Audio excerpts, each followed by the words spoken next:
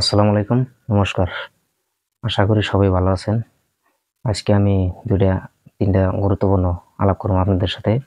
আজকে লাইভে আসি নাই। মানে ২ দিন ধরে একটা বস্তু ৯ আগস্টতে একটা ঘটনা হয়েছে কলকাতা। এই ঘটনাটা মানে চোখের সামনে সবসময় ভাসতেছে। সেই জন্য বললাম যে এটা নিয়ে একটা ভিডিও বানাই।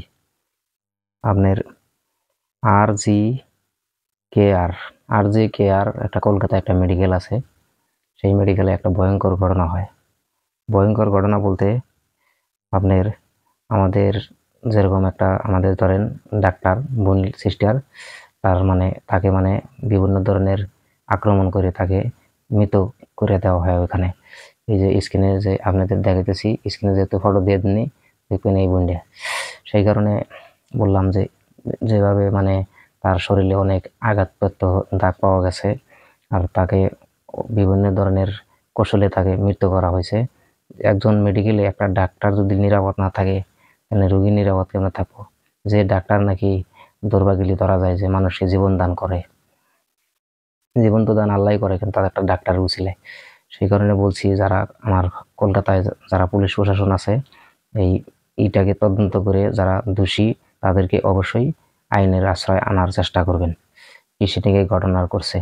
তারপরে মোটামুটি আর আমাদের যে পুরা ইন্ডিয়ায় যারা আছেন তারা সবাই অল্প সতর্কবাণী হয়ে থাকবেন। যাই যে জব করেন অল্প ভালো করে দেখে শুনে কাজ করবেন, যেহেতু এরকম ঘটনা হইতে পারে তার কোনো গ্যারান্টি নাই। সমাজে সবাই ভালো তা তো কোনো কথা নাই, এর মধ্যে ২-৪ জন খারাপ থাকতেই পারে। সেই কারণে সবারই আমার অনুরোধ, আর আমার আসাম পুলিশ এমন ওয়েস্ট বেঙ্গল পুলিশ সবাই অল্প এই বস্তুটা নিয়ে অল্প তদন্ত করার চেষ্টা করবেন, আর এই বোনটা যাতে ন্যায় পায় তার কিছু ব্যবস্থা করবেন। যাই হোক ভাইয়েরা, সবাই এই ভিডিওটা গুরুত্বপূর্ণ ভিডিও, এই ভিডিওটা সবাই শেয়ার করবেন।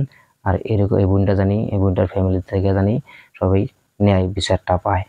আর যেহেতু কলকাতা পুলিশ আর কি এতে এখনো জানা গেছে যে ২-৪ জন গ্রেপ্তার করছে বলে ধারণা, সঠিক বলতে পারি না। যাই হোক, সমস্যা নাই। আর সবাই এই ভিডিওটা শেয়ার করবেন। আমি আজকে এই ভিডিওটা দেখে খুব খারাপ লাগছে।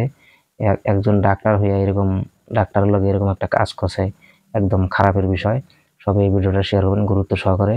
আর ধরেন আমার যেহেতু এই ছোট্ট একটা ভিডিও বানাইলাম, যেহেতু লাইভ আসলাম, এর মধ্যে বহুত কিছু ভুল হতে পারে, আপনারা কিছু মনে করবেন না। এই ধরনের ভিডিও যত আপনার কাছে গেলে শেয়ার করবেন, অবশ্যই কমেন্ট করবেন, লাইক দিবে, তাতে ভিডিওটা অন্যের কাছে পৌঁছায়। আর ২ নম্বর টপিক হলো, আমি এলাম আজকে আর লাইভে আসতে পারি নাই। আগে যেরকম আমার লাইভে অল্প ফেসবুকে অল্প সমস্যা হচ্ছিল, এখন সমস্যা করতেছে, সেই কারণে লাইভ করতে পারিনি। আর আপনারা যেহেতু সবাই দোয়া করবেন আমার ফেসবুকটা যাতে অটোমেটিক ঠিক হয়ে যায়। আর আজকে এই ছোট ভিডিওর মাধ্যমে যেখানে কথা বলছি সবাই গুরুত্ব সহকারে শুনবেন, আমি এটা আশা করছি। তাই আজকে আমার ভিডিও বেশি লম্বা করব না, এ পর্যন্ত করে শেষ করছি। ওকে, জয় হিন্দ।